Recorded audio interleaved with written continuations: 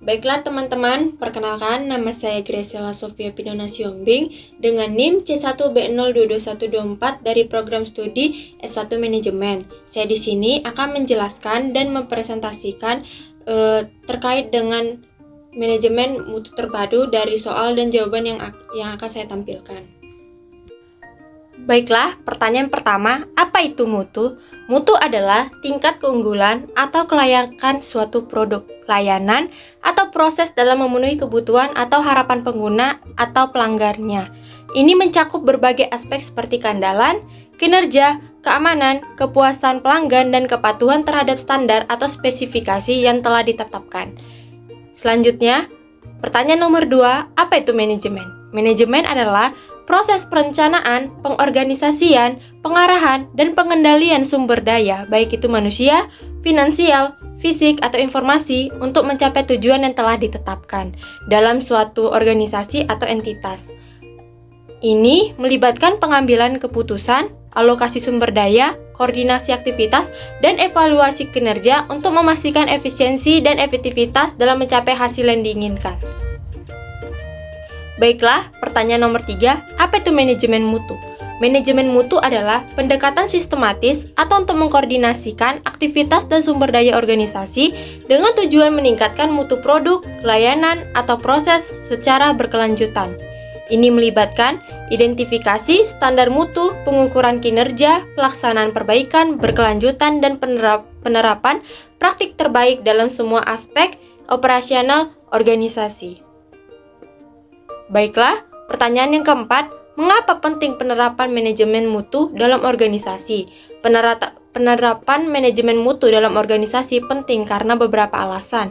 Yang pertama itu peningkatan kepuasan pelanggan. Manajemen mutu membantu organisasi untuk memahami dan memenuhi kebutuhan serta harapan pelanggan dengan lebih baik.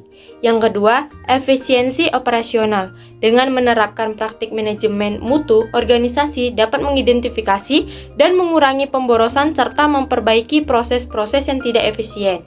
Yang ketiga, peningkatan reputasi dan kompetitivitas. Organisasi yang memiliki reputasi mutu yang tinggi cenderung lebih dipercaya oleh pelanggan dan mitra bisnis.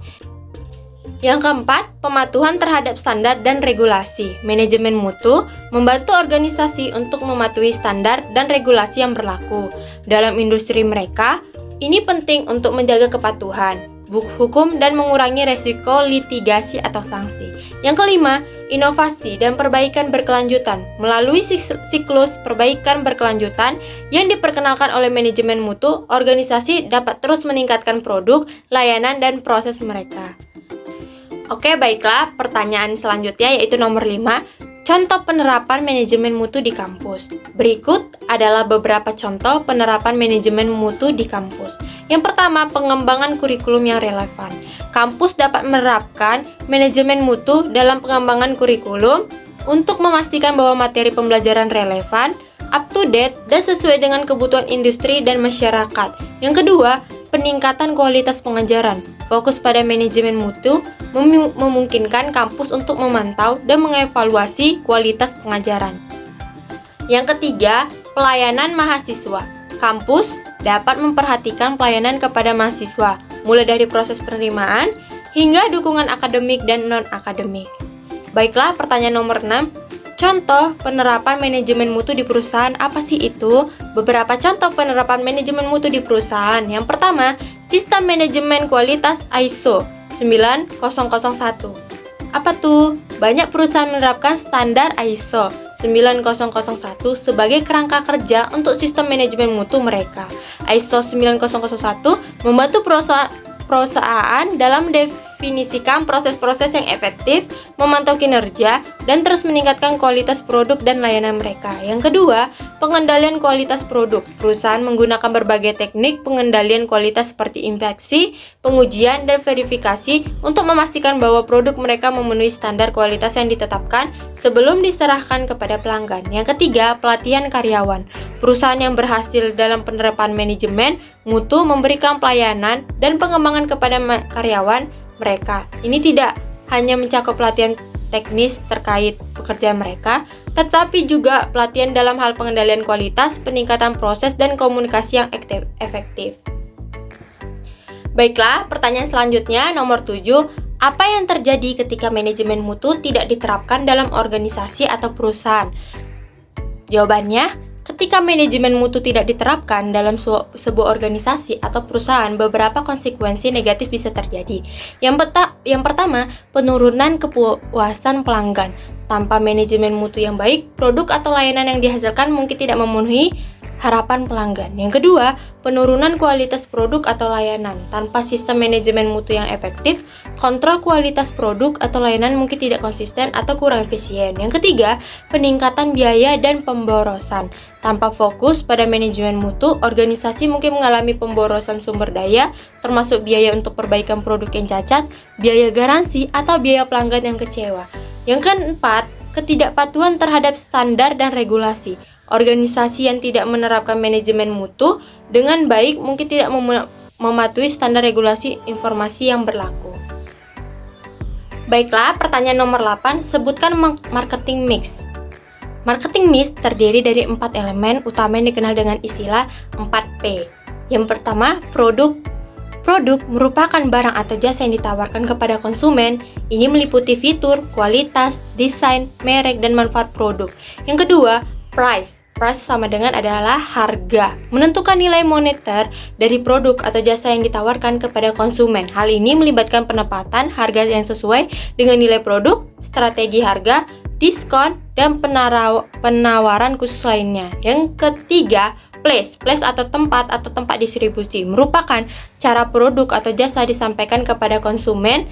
Ini melibatkan pemilihan saluran distribusi yang tepat, lokasi toko, distribusi fisik, dan strategi penempatan produk. Yang keempat, promotion atau promosi.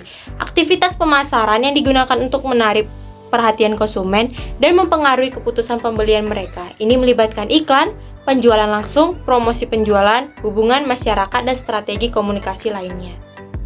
Pertanyaan selanjutnya yang ke-9 adalah, apa pentingnya pelayanan bagi perusahaan? Pelayanan memiliki banyak kepentingan bagi perusahaan, antara lain, yang pertama, membangun loyalitas pelanggan. Pelayanan yang baik dapat menciptakan pengalaman positif bagi pelanggan, yang pada gilirannya dapat meningkatkan loyalitas pelanggan. Yang kedua, membangun citra perusahaan.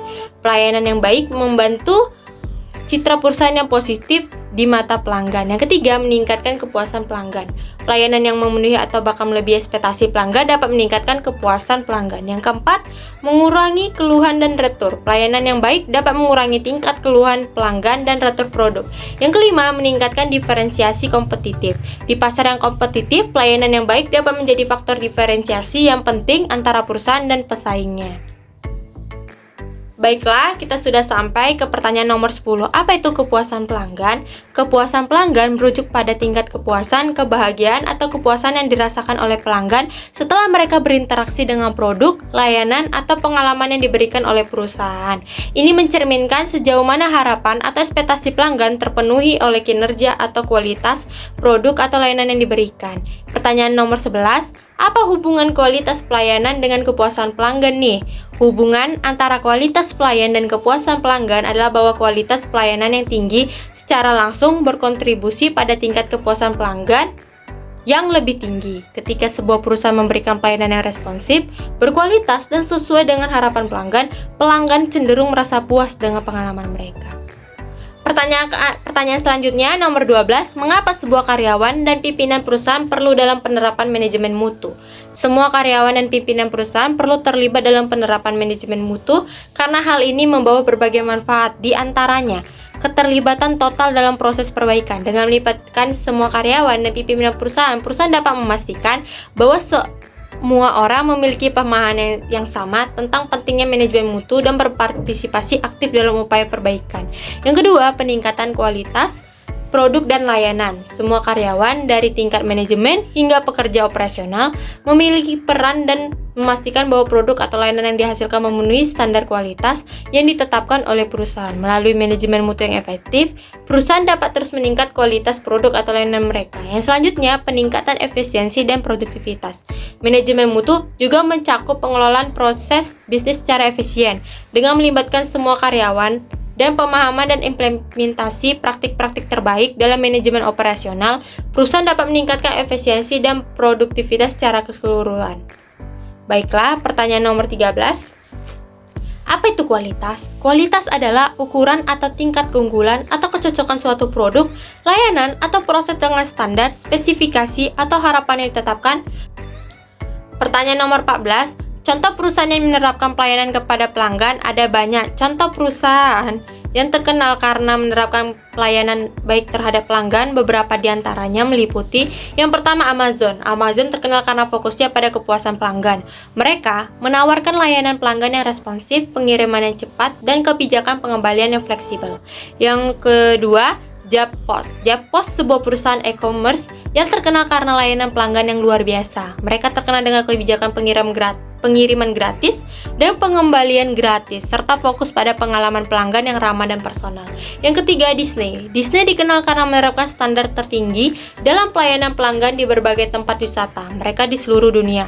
Mereka menempatkan pengalaman pelanggan sebagai prioritas utama dan menyediakan layanan yang ramah, menyenangkan, dan unik. Yang keempat, Ritz-Carlton. Ritz-Carlton terkenal dengan layanan pelanggan yang luar biasa di industri perhotelan. Mereka dikenal karena fokus pada detail, keramahan, dan kemampuan untuk memenuhi kebutuhan dan keinginan pelanggan. Selanjutnya, Apple. Apple terkenal dengan desain produk yang berkualitas tinggi dan layanan pelanggan yang sangat baik. Mereka menawarkan dukungan pelanggan melalui Genius Bar di toko-toko mereka dan melalui pusat dukungan online. Selanjutnya, Southwest Airlines. Southwest Airlines dikenal karena pelayanan pelanggan yang ramah, terjangkau. Mereka menawarkan kebijakan pelanggan yang ramah seperti bagasi gratis dan perubahan penerbangan tanpa biaya tambahan.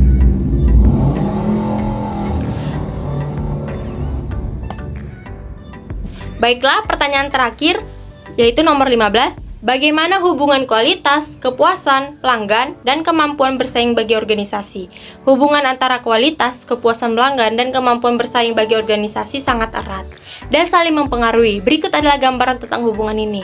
Kualitas produk atau layanan merupakan fondasi bagi kepuasan pelanggan dan kemampuan bersaing. Kualitas yang tinggi menciptakan nilai tambah bagi pelanggan dan membantu organisasi membedakan diri dari pesaing. Kualitas yang konsisten juga membangun reputasi positif bagi perusahaan. Selanjutnya, kepuasan pelanggan. Kepuasan pelanggan merupakan hasil langsung dari kualitas produk atau layanan yang diberikan pelanggan atau layanan diberikan. Pelanggan yang puas cenderung menjadi pelayan setia, melakukan pembelian berulang, dan memberikan rekomendasi kepada orang lain. Kepuasan pelanggan juga menciptakan hubungan yang lebih kuat antara perusahaan dan pelanggan. Yang selanjutnya, kemampuan bersaing. Kemampuan bersaing organisasi dipengaruhi oleh kualitas produk atau layanan yang ditawarkan dan tingkat kepuasan pelanggan yang dihasilkan. Perusahaan yang mampu memberikan produk atau layanan berkualitas tinggi memuaskan pelanggan cenderung memiliki keunggulan kompetitif yang lebih besar di pasar. Mereka lebih mungkin untuk mempertahankan dan meningkatkan pangsa pasar mereka serta bertahan dalam lingkungan bisnis yang kompetitif.